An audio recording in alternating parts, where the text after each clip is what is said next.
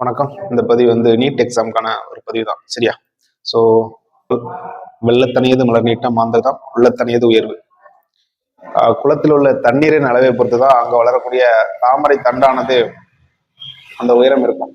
அதுபோல மனிதர்களின் எண்ணங்களின் அளவை பொறுத்து அவர்களின் உயரம் இருக்கும். சரியா? ஸோ உங்களோட எண்ணங்களை வந்து பெட்டரா வச்சுக்கோங்க. ஓகே, ஃபார் எக்ஸாம்பிள் நீங்க வந்து சிஎம் கிட்ட போட்டோ எடுக்கணும்னு ஆசைப்படுறீங்க. ஓகேவா? ஸோ இது வந்து ஒரு நார்மல் திங்கிங். சிஎம்ஏ நம்ம கிட்ட எடுக்கணும் அப்படிங்கிற திங்கிங்கை தான் நம்ம அங்க வந்து வளர்த்துக்கணும். ஓகேவா? ஸோ இப்போ நீட் எக்ஸாம் இது வந்து மருத்துவத்துறைக்குள்ள போகக்கூடிய ஒரு நுழைவுத் தேர்வு. Okay, it's entrance exam, right? இதுல வந்து ரீசெண்ட் அப்டேட் என்ன அப்படின்னா, அவங்களோட பப்ளிக் எக்ஸாம் இருக்கு இல்லையா, அந்த பப்ளிக் எக்ஸாமோட மதிப்பெண்ண மார்க் வந்து ஒரு 50% கணக்கில் எடுத்துக்கிற வாய்ப்பு இருக்கு. இது ஒரு அப்டேட். ரெண்டாவது வந்து ஓஎம்ஆர் ஷீட்ல இது நாள் வரைக்கும் ஓஎம்ஆர் ஷீட்ல வந்து எக்ஸாம் ரைட் பண்ணிட்டு இருந்தீங்க. ஸோ இனிமேல் ஃபியூச்சர்ல இப்பதான் நடந்து முடிஞ்சிருக்கு இல்லையா நீட்டு. ஸோ ஃபியூச்சர்ல வந்து என்னவா இருக்கும் அப்படின்னா கம்ப்யூட்டர் பேஸ்டு எக்ஸாமா இருக்கும். ஓகேவா? ஸோ இந்த ரெண்டு அப்டேட் தான் ரீசெண்ட் அப்டேட். நீட்டை பத்தின அப்டேட் இது. ஓகேவா? ஸோ ஃபர்ஸ்ட் நீட் வந்து தமிழ் எழுதலாமா? எழுதலாம், தாராளமா தமிழ் எழுதலாம். சரியா? தமிழ் எழுதலாம். அப்புறம் தமிழ் மீடியம் ஸ்டூடெண்ட்ஸ்க்கு எப்படி இருக்கும் நீட் எக்ஸாம் எப்படி இருக்கும் அப்படின்னா, என்சிஆர்டி புக்கு அந்த பயங்கள் இருக்கலாம். ஸோ மோஸ்ட்லி கொஸ்டின்ஸ் எப்படி இருக்கும் அப்படின்னா என்சிஆர்டி புக்ல இருந்தா வரும் அப்படிங்கிற ஃபியர் வந்து தமிழ் மீடியம் ஸ்டூடெண்ட்ஸ்க்கு வந்து இருக்கும். ஓகேவா?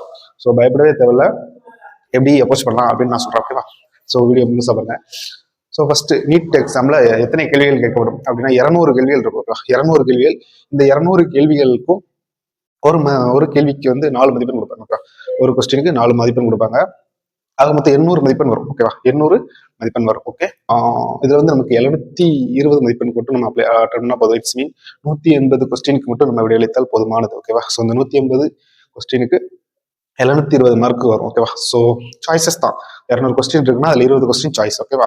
ஸோ பேலன்ஸ் நீங்க எழுதக்கூடிய 180 கொஸ்டின்ல எந்த கொஸ்டின்லாம் தப்பு விட்றீங்களோ, எத்தனை கொஸ்டின் தப்பு விட்றீங்களோ, ஒரு கொஸ்டினுக்கு வந்து ஒரு நெகட்டிவ் மார்க் வரும். அதாவது ஒரு மார்க்கை நீங்க எடுத்த மொத்த மதிப்பெண்ல ஒரு மதிப்பெண் என்ன பண்ணுவாங்கன்னா கழிப்பாங்க. ஓகேவா? ஸோ இதுதான் ப்ரொசீஜர். ஸோ இப்போ தமிழ் மீடியம் ஸ்டூடெண்ட்ஸ் எப்படி நம்ம வந்து நீட் எக்ஸாம் அப்ரோச் பண்றது அப்படின்னா, சயின்ஸ் புக் ஃபர்ஸ்ட் இதை படிக்கணும் அப்படின்னாலே கெமிஸ்ட்ரி, பிசிக்ஸ், பயாலஜி இந்த 3 சப்ஜெக்டும் வந்து நம்ம நல்லா படித்தோம் அப்படின்னா நீட்டை ஈஸியாக கரெக்ட் பண்ணிட்டு போயிடலாம். ஓகேவா? ஸோ இதில் வந்து ஹையஸ்ட் அதிக மதிப்பெண் வரக்கூடிய பாடம் எது அப்படின்னா பயாலஜி. ஓகே, இந்த பயாலஜில இருந்து மட்டும் கிட்டத்தட்ட 100 கேள்விகள் கேட்பாங்க. அதுல 10 கொஸ்டின் சாய்ஸ், மிச்சம் 90 கொஸ்டினுக்கு நம்ம அட்டன் பண்ணோம் அப்படின்னா மார்க். ஓகேவா? மற்ற பிசிக்ஸ், கெமிஸ்ட்ரியில வந்து 50 கொஸ்டின் இருக்கும்.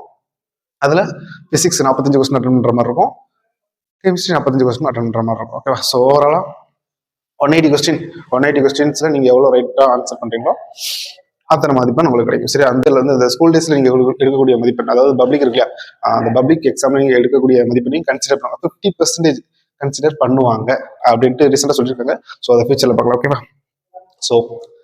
ஸோ சயின்ஸ் புக், சயின்ஸ் இது இந்த எக்ஸாமை பொறுத்த மட்டும் சயின்ஸ் புக் வந்து நம்ம வந்து நல்லா படிக்கிற மாதிரி இருக்கும். ஸோ நம்ம வந்து சயின்ஸ்க்கான மீனிங்லாம் நம்ம டிக்ஷனரியில் பார்க்க முடியாது ஃபர்ஸ்ட் ஒன்று. ஸோ சயின்ஸ் புக் இவங்க வச்சிருக்காங்க. இவங்க கொடுத்துருக்கக்கூடிய புக்ல எப்படி இருக்கும் அப்படின்னா அணுக்கள் அப்படிங்கிறது ஒரு எக்ஸ்பிளனேஷன் இருக்கும். ஓகேவா? ஸோ அந்த எக்ஸ்பிளனேஷன் நல்லா படிச்சுக்கணும். ஓகேவா? ஸோ ஃபியூச்சர் அடுத்தடுத்த கிளாஸ்ல எப்படி இருக்கும் அப்படின்னா அந்த நேம் மட்டும் தான் இருக்கும், அணுக்கள், ஆட்டம்.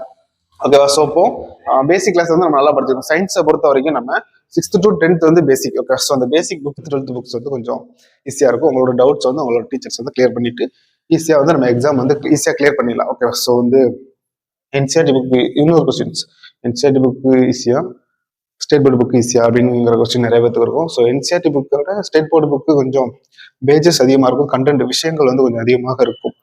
சரியா? ஸோ எதை படிக்கணும் அப்படிங்கிற டவுட்ஸ் இருக்கும். நம்ம வந்து தமிழ் தான் படிக்க போறோம். ஸோ என்ன சொல்றது, எளிமையா இமேஜினேஷன் பண்ணி படிச்சுட்டு போயிடலாம். ஓகேவா? ஸோ இந்த விஷயங்கள் தான், வேற எதை தாண்டி என்ன இருக்கு, வேற ஒன்றும் கிடையாது. ஸோ நீங்க வந்து நல்லா ஃபோக்கஸ்டா படிச்சீங்க அப்படின்னால ஈஸியா நீட் எக்ஸாம் கிளியர் பண்ணிட்டு போயிடலாம். ஸோ ஓகேவா? ஸோ நெக்ஸ்ட் வீடியோவில் பார்க்கலாம். So thank you so much.